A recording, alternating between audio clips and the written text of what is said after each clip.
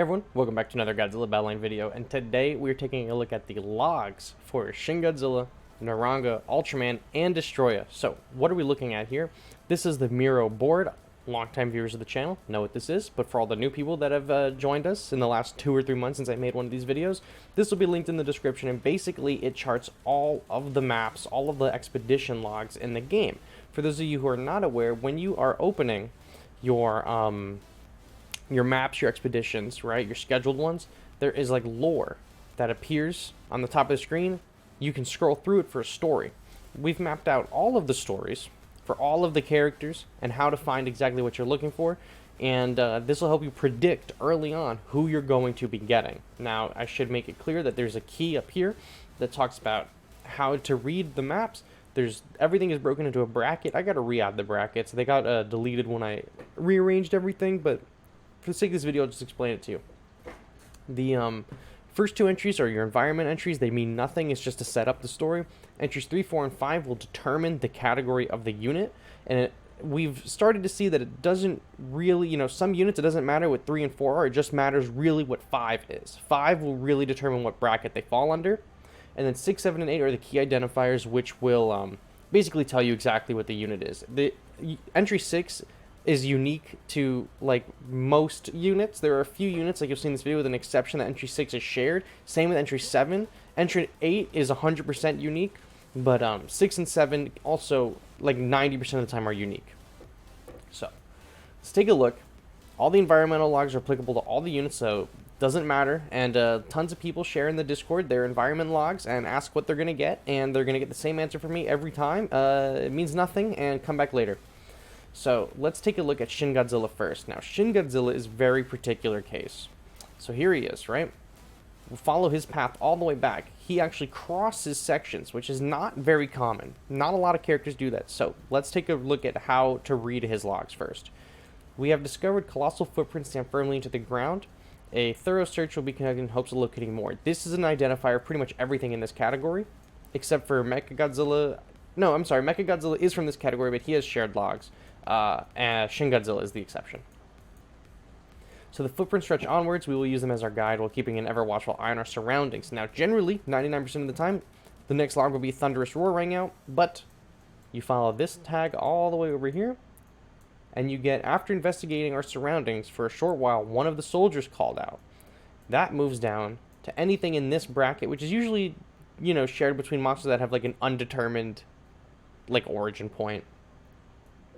There had been a large splashing sound. We moved swiftly towards where the noise had come from. This is generally associated with Biollante, but now it is shared with Shin Godzilla. Shin Godzilla then goes on to say, we reached the river. Something huge must have passed through the river, and the trees around us were swallowed by the muddy water and collapsed. We were startled by a giant head that rose from the water with its eyes wide open. The creature stared in our direction. That is Shin Godzilla. That is the exact logs you would need to find him in your expedition map.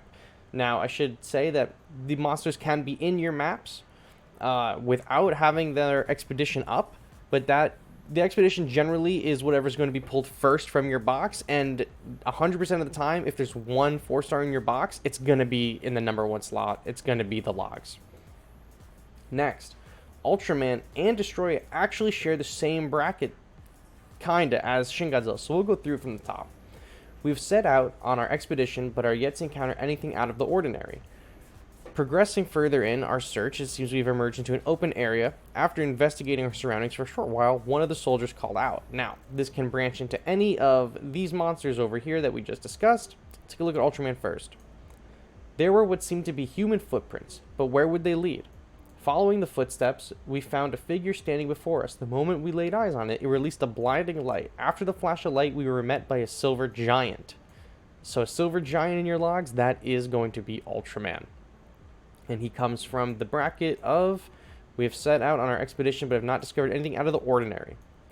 Next, we go to Destoroyah before we hit Naranga. Destoroyah is an interesting case as well. The larva and Manila have always shared the 6th log, but now Destoroyah shares the 7th log with the Destoroyah larva. So, the soldier had found tiny footprints embedded in the ground. They seemed to form a kind of wandering trail leading into the distance. As we followed the trail, we noticed that the number of footprints gradually increased. That's where it branches off from the larva to perfect form. countless small creatures began appearing from all directions, coming together to transform into a giant monster. So, if you have a legendary map and you see the soldier had found tiny footprints, you got Destoroyah. If you have a gold map or any other kind of expedition and you see that, the odds that you're going to get Destoroyah perfect form are slim. You're most likely going to get one of these two guys. So keep that in mind. But they all three share like this block of green right here, which is interesting. I don't think we have another pair that shares three of the same. No, we do. Okay, yeah. The trains, the M-Boss all share this because it's believed as vehicles in the distance. Yeah. Is there any others? Now I'm curious. Oh yeah, but dude, these guys share all the same freaking block of three down here, and then these two guys share it, and I'm getting sidetracked. But now I was curious. All right, Naranga is the final one. So for Naranga, it's the same starting logs as Shin, but instead of stopping at the footprint stretch onwards, we're going to go to Thunderous Roar. So we've discovered colossal footprints, stand firmly in the ground. Thorough search will be conducted to locate more. The footprints stretch onwards. We'll use them as our guide and keep an eye on our surroundings. A thunderous roar rang out from up ahead. The footprints appear to be leading us straight to the source. Relying on our ears to guide us, we investigated our surroundings and discovered a large power plant. On reaching the power plant, we found that something had seemed to be making a meal out of the plant's electricity. Suddenly, a terrifying creature appeared from among the electricity, staring down at us to let out a tremendous roar. That is for Naranga. And he's a 3-star monster, so you can find him in pretty much anything, but I will let you know, like I did with the Destroyers and stuff, if you're opening a 3-star pack and you get Thunderous roaring out from ahead, odds are it's going to be Naranga, Anguirus, King Caesar, or G9 Mechagodzilla. Just saying. But yeah, those are the 4 characters that have been added to the game since May that we didn't do one of these videos for. If you want the link to this, it'll be in the description down below. And maybe a few of you, if you take a look at this, you will stop asking me what your environmental logs are, so I can stop telling you that it doesn't matter. Now, I appreciate you coming in and being curious at all on anything in Battleline, but that being said, thank you all so much for watching, and I will catch you all on the next one. Bye-bye.